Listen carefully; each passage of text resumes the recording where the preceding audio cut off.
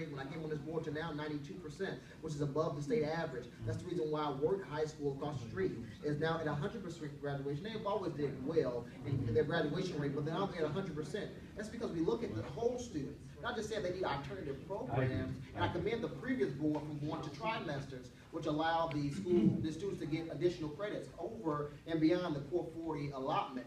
But what this does for us is allow us to look at the entire student, not just dump them in a program, dump them in another building, but that cohort or that student still follows that grade level. So if they become a dropout, we still want to give that student as much resources in all levels, even if they need to if you put in an alternative program. And we had an alternative program last year, and we used our Title I funds to pay for it. And it was an evening program at Westside, which even with that alternative piece, we still was able to reach that 92% in graduation rate. And all of this, again, has only been happening in a 3-year bubble with the resource officers. And we wrote a grant to be able to do some additional training for our resource staff. But if you look at the climate and culture, and I told you about the horror stories about New Tech. Yeah. New Tech, we had to send the sheriffs over there every day, the police officers over there, I was over there, and we sent Dr. Nichols over there, and the school resource officers, and you don't have the same horror stories that you've seen in the paper or you heard on Facebook. One time I remember that same year I was in the bank, and sometimes I dressed down on Fridays, and I was in the bank and they was talking about the horror stories of a New Tech, and I was like, okay. I don't know what's going on over there. So they was, hey, the school board member.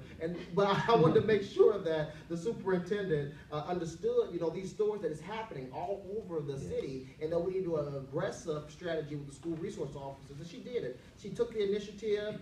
Commander Rice and the city, they really lended a hand to help train some of our security staff to become the school resource officers that you have today, which is very helpful. And if you walk through all of our buildings now, you don't have 50 students in the hallway. I've seen so much litigation about security staff not managing a hallway properly, and now this student has got seriously injured, and now we're paying hundreds of thousands of dollars in litigation because no one wants to do their job. I can tell you today, you walk through a building, you won't see students in the hallways. The climate and culture has changed in our buildings.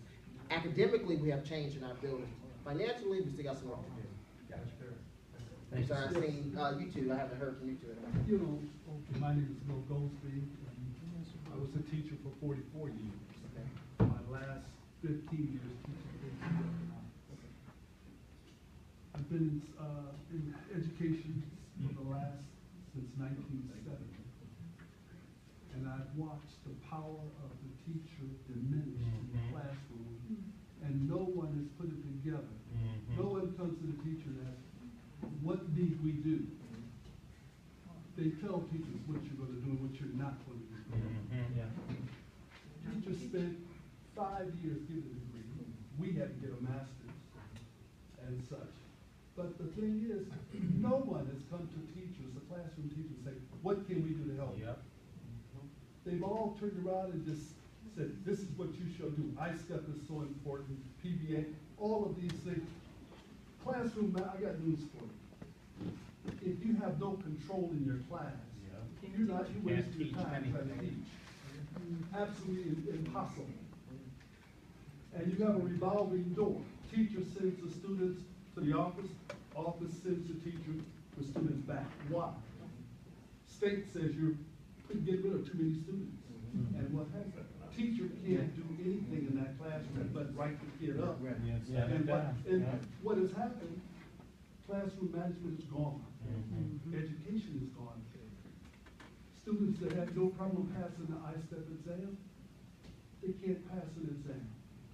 Matter of fact, most of them are reading that in high school, 3rd grade, 4th grade level, and that's it. We've watched our communities fall apart because the concepts in education have changed. We're letting state and government turn around and tell us what to do in our communities. And we should get back to basics. We had the best school system in the 60s and the 70s. In the world. We're number one in the world. In the world. People come here to find out how to You had people working there. And you now, had a steel industry that employed 20,000 people. more than that. You don't have that. When you have no economics and you have a 20–25% unemployment, you know you're going to have dysfunctional homes. But the kids are coming out home, we ain't even mentioned that. The kids are coming to school with one intention, that's to be disruptive.